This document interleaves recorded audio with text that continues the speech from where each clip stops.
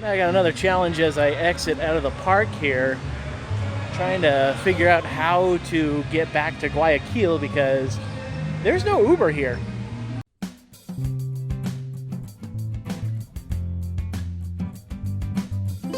I'm Gary, and this is Coasting with Culture. I like to combine theme park visits and riding roller coasters with various cultural experiences around the world. After spending a few days in Quito, having to make an emergency return to the United States, then coming back to explore Guayaquil, this is the last of my time in Ecuador, beginning with a visit to an obscure water park with a fascinating collection, then spending a bit more time exploring Guayaquil before heading on to the next country in South America. It's time for a bit of a road trip from Guayaquil to go to the first water park of the trip. Getting to the first stop of the day was a 45-minute Uber ride from the hotel to an area just outside of the town of Pajon. Getting the Uber to get to the park would be far easier than getting one to return, but I figured this location would at least have a few taxis available to get back.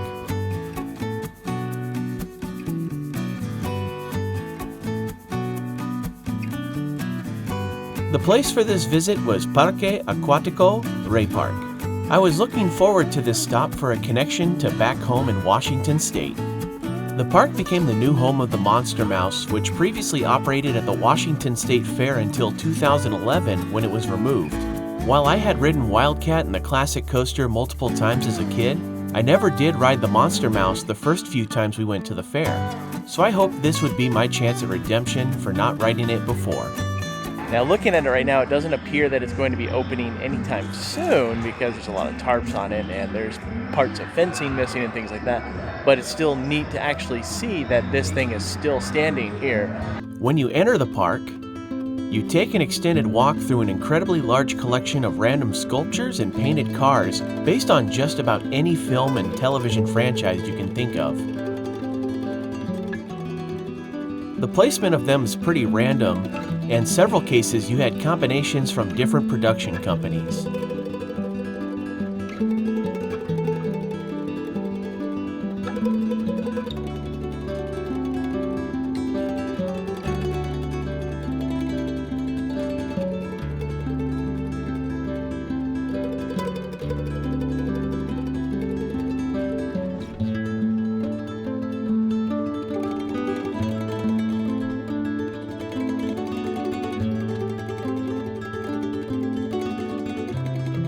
There is a section more geared toward dinosaurs and animals, but you'll still find some familiar characters mixed in with them.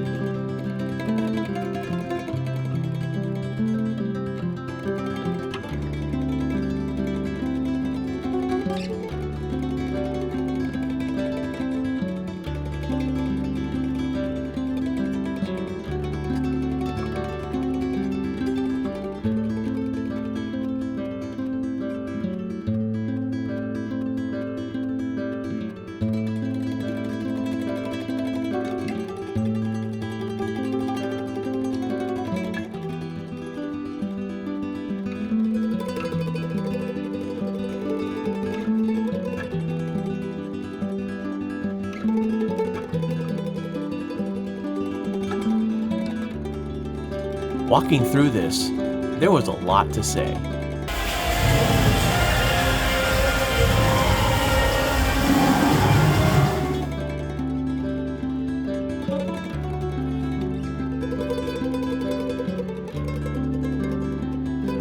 Mixed in with these sculptures are a few other rides that may have operated at one point or may possibly run on busier days, but they sure weren't running during this visit. Along with the rides, this park even has its own castle. And while there are even more random sculptures, the main draw to this location are the water park attractions, which include multiple water play structures, smaller pools, slides, and a lazy river.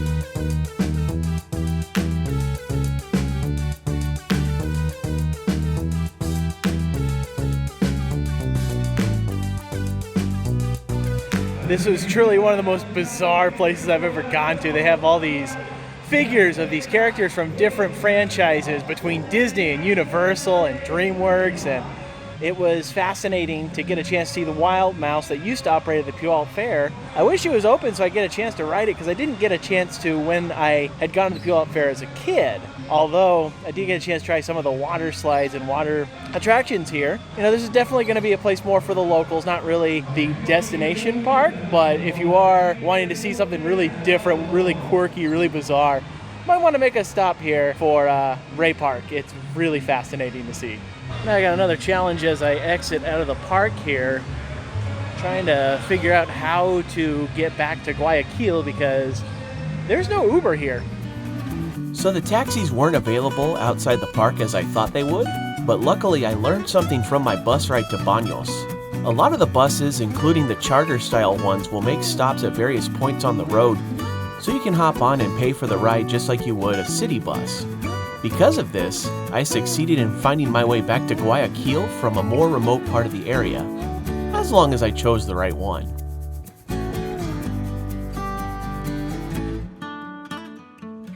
While it didn't go directly into the part of town that I was staying, I was able to get back to the city, then grab a cab to the hotel to relax for a bit, before enjoying an evening out back at Malecón 2000. While I didn't take any additional rides at Safari Extreme, it was fun just to walk around and enjoy the nighttime atmosphere of the park.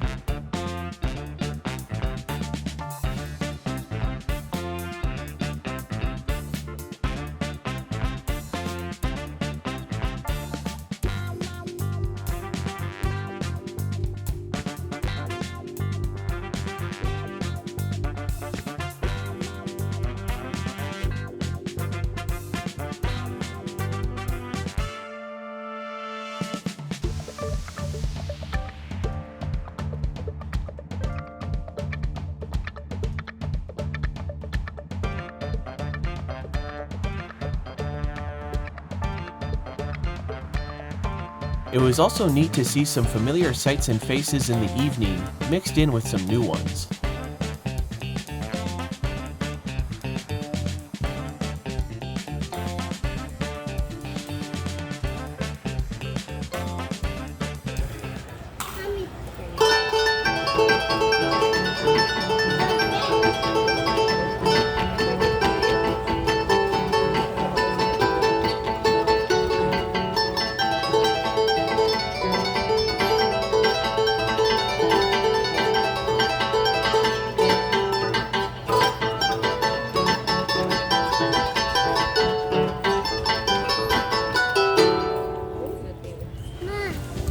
There are times where it can be really nice to head back to a place you visited earlier at a different time to get a different feel for it.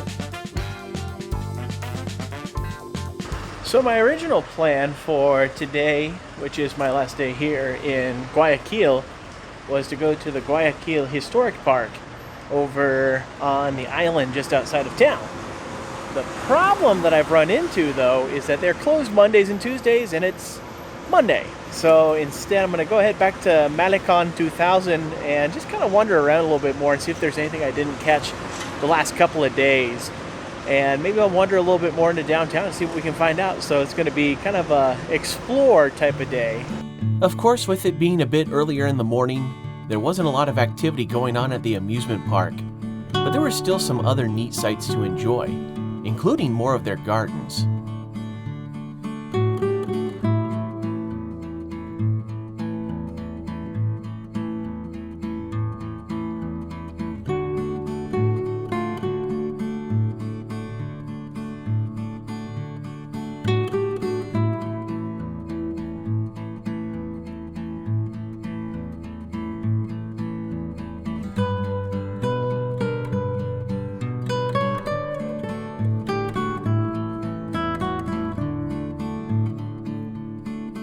After a nice peaceful garden stroll, I went back into the city center again, this time heading even further in.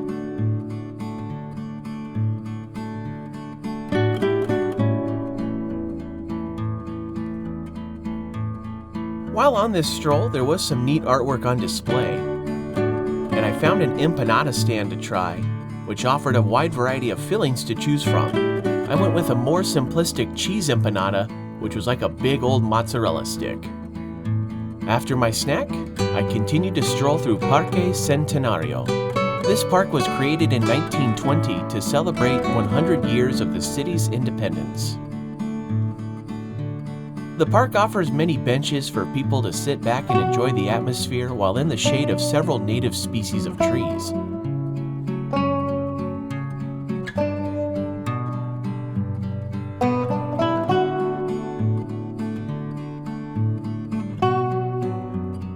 This park space makes for a nice escape from the busy streets of the city as you get a chance to hear the birds that are chirping in the trees and get to see the people as they walk by and enjoy some interesting sculptures. It'll be easy to get from this park to the area near Malecón 2000, as the station for one end of the new Teleferico is just a block or two away. While on my way back, I made a stop in the grocery store for some fruit to snack on, and found this sparkling apple juice, which was a nice refreshing beverage for a warm Guayaquil day. There was also even more beautiful architecture to see heading back toward the river. Before departing from Ecuador, I decided to try out one more attraction on Malecón 2000, and that was the large Ferris wheel La Perla. At 57 meters, or about 180 feet tall, this gives you the opportunity to enjoy the sights of the city along Rio Guayas during the 10-minute ride around in the individual air-conditioned cabins.